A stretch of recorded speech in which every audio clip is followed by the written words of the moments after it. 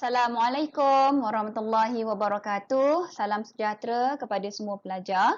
Hari ini kita akan meneruskan pembelajaran dengan topik baru iaitu reka bentuk elektronik. Tapi hari ini cikgu hanya memfokuskan kepada dua saja, iaitu yang pertama adalah menyatakan maksud mikro pengawal, iaitu kita panggil juga sebagai microcontroller, dan mikro memproses, juga dikenali sebagai microprocessor. Okey, yang kedua adalah menjelaskan bahagian-bahagian yang terdapat dalam mikro pengawal, microcontroller. Okey, kita pergi ke slide berikutnya. Okey, what you will learn. Apa yang kamu akan belajar dalam pembelajaran kali ini ataupun apa PDP contents kita. Okey, yang pertama, kamu perlu mengetahui maksud mikro pengawal dan mikro memproses. Yang kedua, perlu mengenal pasti gambar rajah, mikro pengawal dan mikro memproses. Yang ketiga, menjelaskan bahagian-bahagian yang terdapat dalam mikro pengawal ataupun microcontroller. Yang keempat, mengenal pasti komponen input dan juga komponen output. Okey, di sini cikgu perlihatkan apakah definisi reka bentuk terlebih dahulu. Definisi reka bentuk adalah litar yang direka dengan menggunakan komponen elektronik tertentu yang disusun dan disambungkan bagi mencapai tujuan penggunaan yang hendak dilakukan. Okey, kamu mungkin tak tahu apa itu, ada yang di antara kamu mungkin tak tahu apa itu komponen elektronik. Kejap lagi cikgu akan tunjukkan. Okey, komponen elektronik, okey, secara rumusan untuk definisi ni, okey. Reka bentuk elektronik ni adalah satu litar, susunan litar macam elektrik hari tu yang kita belajar. Tetapi ini melibatkan komponen elektronik. Kejap lagi kamu akan tengok apa itu komponen elektronik. Komponen elektronik ini disusun, diatur dalam satu papan yang kita panggil Vera board, kita panggil carrot board dan banyak lagi papan. Kita susun atas satu papan dan disambungkan kaki-kakinya bagi mencapai tujuan penggunaan. Contohnya untuk menghidupkan televisyen, untuk menguatkan volume, untuk membuka dan menutup pintu. Itu adalah komponen elektronik, bukan elektrik saja tapi melibatkan komponen elektronik. So kita lihat itu antara contoh-contoh komponen elektronik yang disusun atas satu papan litar dan disambungkan supaya berfungsi seperti apa yang kita inginkan. Okey, contohnya apabila menekan switch, lampu menyala. Ataupun kecerahan lampu itu boleh dikawal. Itu melibatkan komponen elektronik. Okey, so dalam topik ini tolong pegang kata kunci yang kamu akan belajar dekat sini. Di antaranya adalah apa itu peranti, apa itu digital, analog, RAM, ROM, CPU, input, output, parameter dan kawalan. Dalam bab ini kamu akan dengar perkataan-perkataan sebeginilah. Ambil berat tentang kata-kata kunci ini. Okey? Kita masuk kepada menyatakan maksud definisi yang awal. Tadi definisi reka bentuk elektronik. Okey, sekarang adalah definisi ataupun maksud mikro pengawal dan juga mikro pemprosesan, mikro pemproses. Okey. Nah, first cikgu terangkan dulu apa itu definisi kepada mikro pengawal ataupun microcontroller. Okey, iaitu mikro pengawal ini kita sebut juga sebagai microcontroller. Iaitu peranti kawalan dalam satu chip. Peranti kawalan dalam satu chip yang terdiri daripada unit pemprosesan pusat ataupun kita kenali sebagai CPU. Yang terdiri daripada unit pemprosesan pusat, random access memory iaitu RAM, read only memory iaitu ROM dan port input output. Port input output Dan mikro pengawal ini dia hanya menjalankan kawalan yang mudah sahaja. Contohnya kereta kontrol, awak tahu kan kontrol dia kan? Okey, kereta kelajuan ke hadapan, kelajuan ke belakang. Itu dia tak ada setting masa dan sebagainya. Dia hanya menggunakan kawalan yang sangat mudah ataupun arahan yang mudah sahaja. Ke depan, ke belakang, ke tepi, ke kiri, ke kanan. Itu sangat mudah. Boleh Okey, itu adalah contoh microcontroller ataupun mikro pengawal. Ini adalah contoh-contoh gambar microcontroller, mikro pengawal dalam satu chip. Okey. Okey, yang ini kena ambil tahu sangat penting, gambar rajah blok mikro pengawal. Kotak 4 tolong ingat, tolong hafal lah. Pertama sekali adalah unit pemprosesan pusat. Dalam chip pengawal tu ada RAM, ada ROM, ada port I/O. I/O tu input, output. Okey, boleh? Okey. Sekarang cikgu nak tunjukkan pula definisi ataupun menyatakan maksud atau definisi micro memproses pula. Tadi microcontroller, ini microprocessor ataupun micro pemproses. Okey. Okey, micro memproses ataupun microprocessor adalah micro dalam satu chip. Sama tadi micro dalam satu chip dan digunakan, ini ayat dia, dan digunakan bersama dengan chip-chip sokongan seperti input, output, RAM dan ROM. Dia digunakan bersama. Apa maksud digunakan bersama? Kerana peranti chip sokongan ini berada di luar micro pemproses dan dihubungi dengan sistem bus. Bermaksud chip micro memproses ini lebih besar. Dia digunakan bersama chip-chip sokongan yang berada di luar micro pemproses, iaitu input, output, RAM dan ROM. Kejap lagi cikgu tunjuk gambar rajah dia. Okey, kenapa? Kerana microproses ni lebih besar berbanding dengan micro pengawal, iaitu digunakan bagi sistem kawalan yang besar seperti komputer, televisyen yang besar-besar yang boleh melibatkan banyak. Ada sensor dalam dia, ada kawalan dan boleh kontrol volume besar kecil. Itu dia. Itu adalah lebih besar lah sebabnya fungsinya lebih besar. Okey, itu adalah contoh microproses yang di-support, yang bekerjasama dengan chip-chip kawalan. Itu adalah gambar rajah blok microproses. Macam cikgu cerita, microproses ni dia ada satu chip yang besar yang bekerjasama dengan chip lain tetapi di luar microprosesan yang disambung dengan sistem bus. Lain dengan gambar rajah blok tadi. Gambar rajah blok tadi semua petak-petak-petak yang berada dalam satu kotak yang sama. Yang ini kotak tu berada di luar, digabungkan kepada microproses. Dengar betul-betul apa yang cikgu cakap. Awak dengar betul-betul, awak cuba faham, tengok gambar, awak boleh faham. Okey? Boleh Alright, kita pergi kepada berikutnya.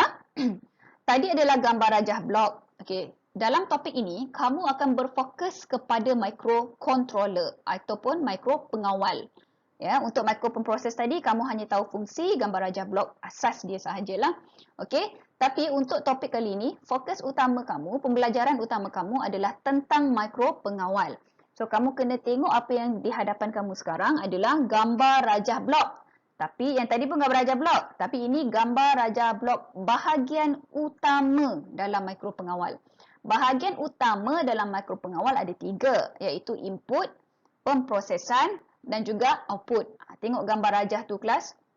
Soalan kerap keluar, lakarkan ataupun lukiskan, lakarkan gambar rajah blok bahagian utama micro pengawal. So inilah rupa bentuk dia.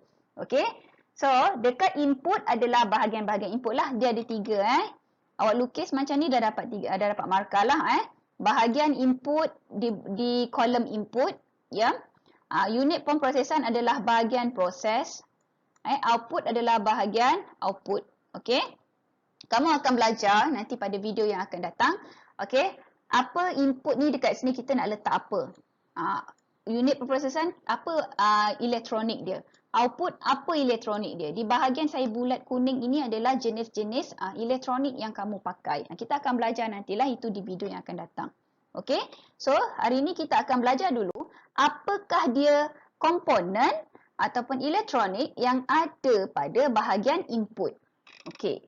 So, kita tengok dulu bahagian input sini. Apa yang kita nak, apa input Input adalah satu elektronik ataupun satu komponen yang menerima isyarat.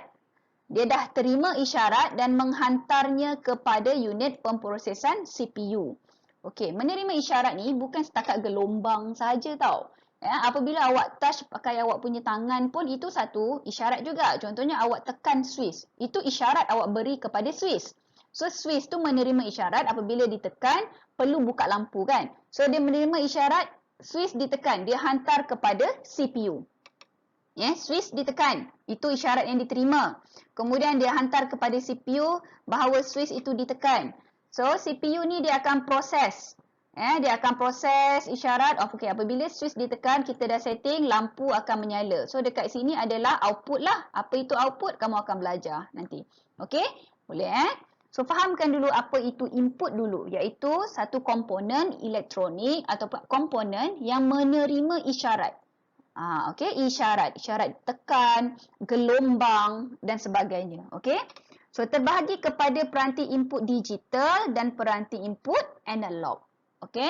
So, kita tengok. Input digital tu apa dia? Input digital terdiri daripada switch tekan, tutup. Ini switch tekan, tutup. Switch tekan tutup, switch tekan buka. Itulah dua benda tu. Ya. Switch tekan tutup yang merah, kuning. Kuning. Apa ni? Merah ni. Yang hitam ni switch tekan buka. Okey, switch micro. Ini semua adalah peranti digital. Switch micro. Okey. Kemudian penderia pergerakan ataupun motion sensor. Penderia pergerakan. Penderia pergerakan. Okey, kemudian penderia air. Penderia air. Ya. Okey, peranti input analog pula, penderia jarak. Ya, distance sensor yang ada lampu merah-merah tu, infrared tu yang kamu nampak, itu dia. Ini adalah penderia jarak lah. Ya. Penderia cahaya.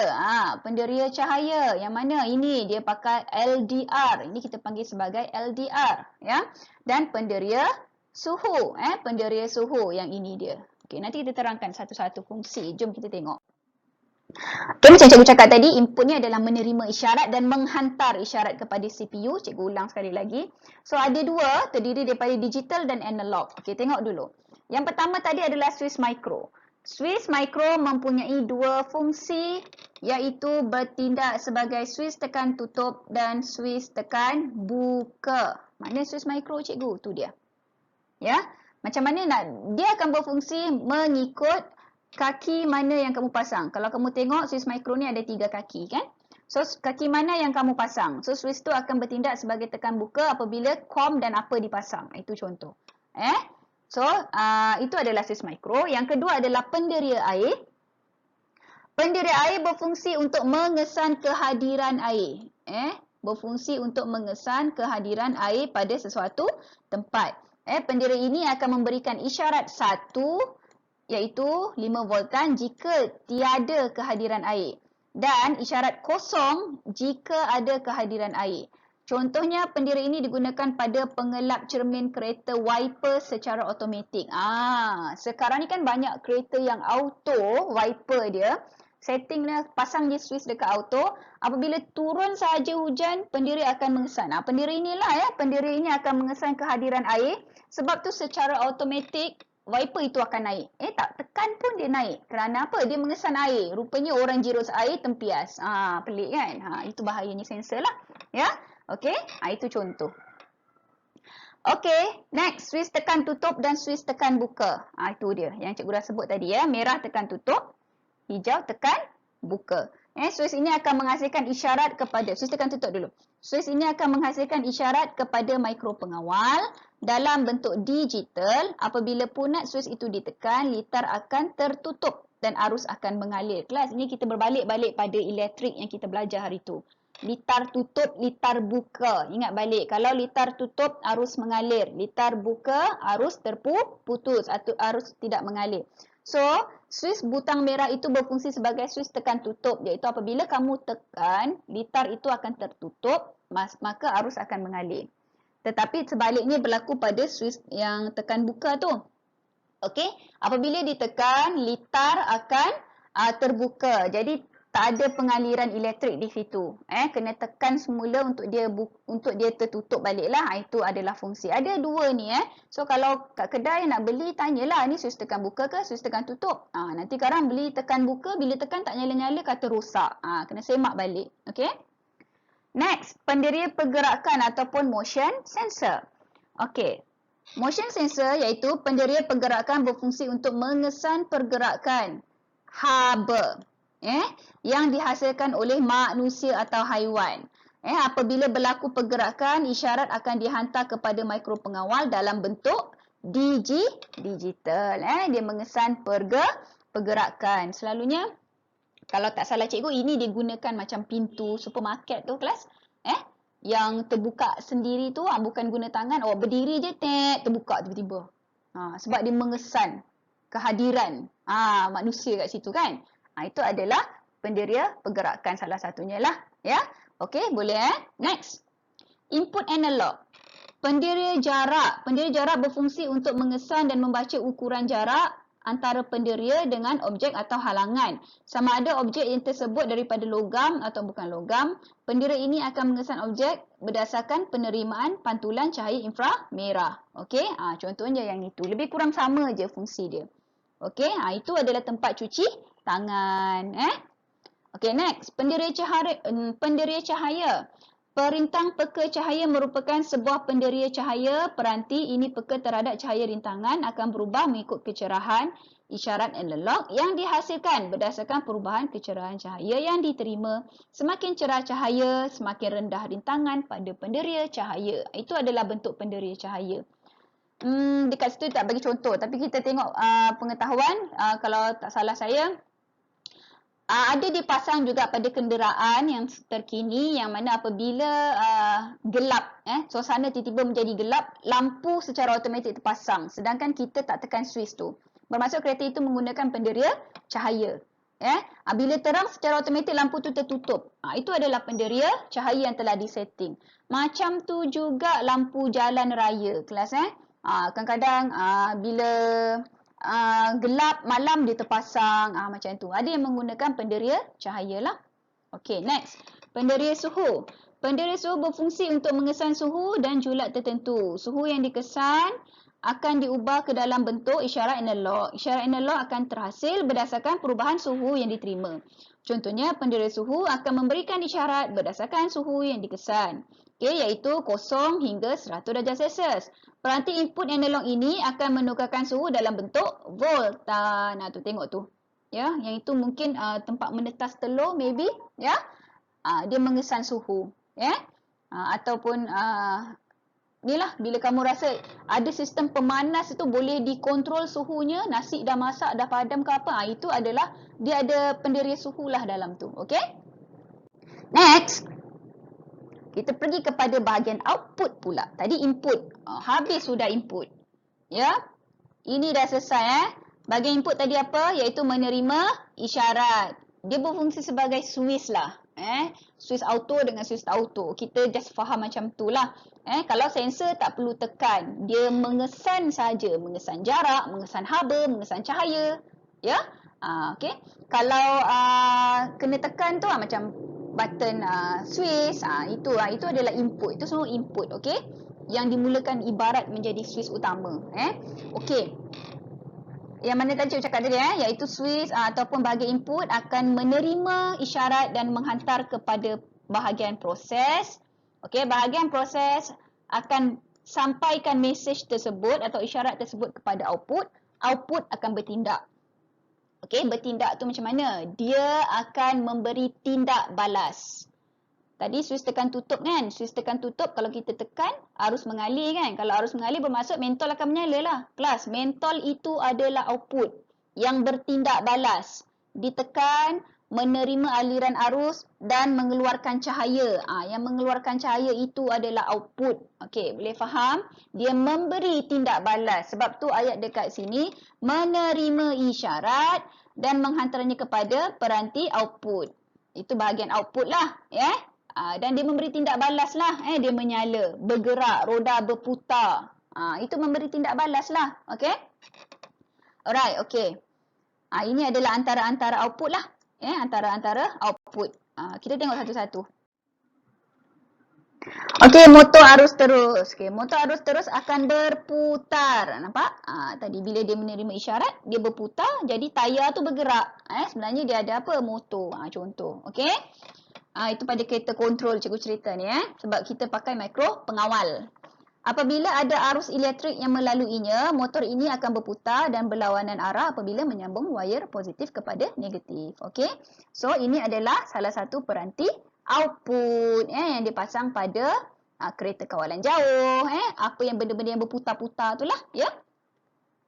Alright, pembas. Pembas ni buzzer. Buzzer ni apa? Yang bunyi bising tu. Yang kering. Ataupun apa saja buzzer pada handphone awak. Yang bising-bising tu. Itu maksudnya dia ada buzzer.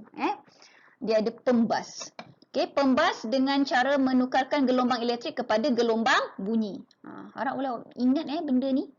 tengok rupa dah tahu, oh ini rupa pembas, ini rupa motor. Awak tengok gambar, simbol, lepas ni dah tak ada isu lah sebab kita dah belajar. Oh ini pembas cikgu, apa fungsi dia? Mengeluarkan bunyi, menerima, menukarkan isyarat elektrik kepada gelombang bunyi, itu dia. Sebab tu diletakkan pada output. Kalau input, kita tekan dia tak ada bagi apa-apa kesan. Yang berbunyi tu apa? Output. Yang mengeluarkan cahaya tu apa? Output. Yang bergerak tu apa? Output. Itu bukan input. Okey? Okey, samalah yang ini diode pemancar cahaya lampu. Pemancar adalah untuk mengeluarkan cahaya dan sebagai lampu perhiasan. Ada satu lagi kelas. Ada dua. Ini geganti. Digunakan sebagai switch kawalan berarus tinggi. Geganti akan dihidupkan apabila arus elektrik melaluinya dan sebaliknya. Okey.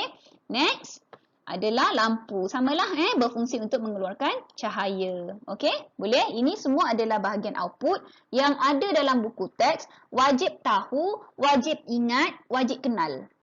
Itu dia. Okey, now. Selesai bahagian input, selesai bahagian output. Kita revision balik. Input menerima dan menghantar, menerima dan menghantar isyarat. Kan? So output ni apa? Menerima isyarat daripada mana? Bahagian proses dan memberikan tindak balas. Okey. Now kita bagi kepada bahagian proses. Okey. Proses dilakukan oleh unit pusat CPU. CPU akan melaksanakan atur cara yang disimpan oleh ROM, read only memory. Okey, ROM digunakan untuk menyimpan atur cara dan data secara kekal dalam mikropengawal. So, RAM adalah digunakan untuk menyimpan data secara sementara. So, yang kekal menyimpan data adalah ROM, yang sementara menyimpan data adalah RAM. Okey, boleh ingat Data ini akan terpadam apabila bekalan kuasa dimatikan. Itu RAM RAM akan memadam data apabila bekalan kuasa elektrik dimatikan. Okey, isyarat akan diterima daripada input, akan diproses oleh CPU lah. Kemudian CPU akan menghasilkan isyarat kepada output. Itu tugas CPU. Tugas CPU, saya ulang, terima isyarat dari input dan kemudian dia proses dia akan menghasilkan isyarat dan menghantar isyarat kepada output. Okey. So, dalam kamu punya silibus ni, unit pemprosesan ini adalah kita gunakan apa? Bukan mikropemproses tapi mikropengawal. Dalam unit pemprosesan pusat ni ada RAM, ada ROM. ROM menyimpan data secara kekal, RAM menyimpan data secara sementara. Boleh ingat? Apa tugas CPU? Menerima isyarat daripada input, memproses isyarat daripada input dan menghantar isyarat tersebut kepada output. Boleh? Okey? Alright, itu sahaja apa yang perlu dipelajari hari ini. Okey, sehingga berjumpa lagi. Semoga kamu mendapat apa yang cikgu sampaikan dan memahami apa yang kamu pelajari hari inilah. Okey, sekian terima kasih. Assalamualaikum dan salam sejahtera.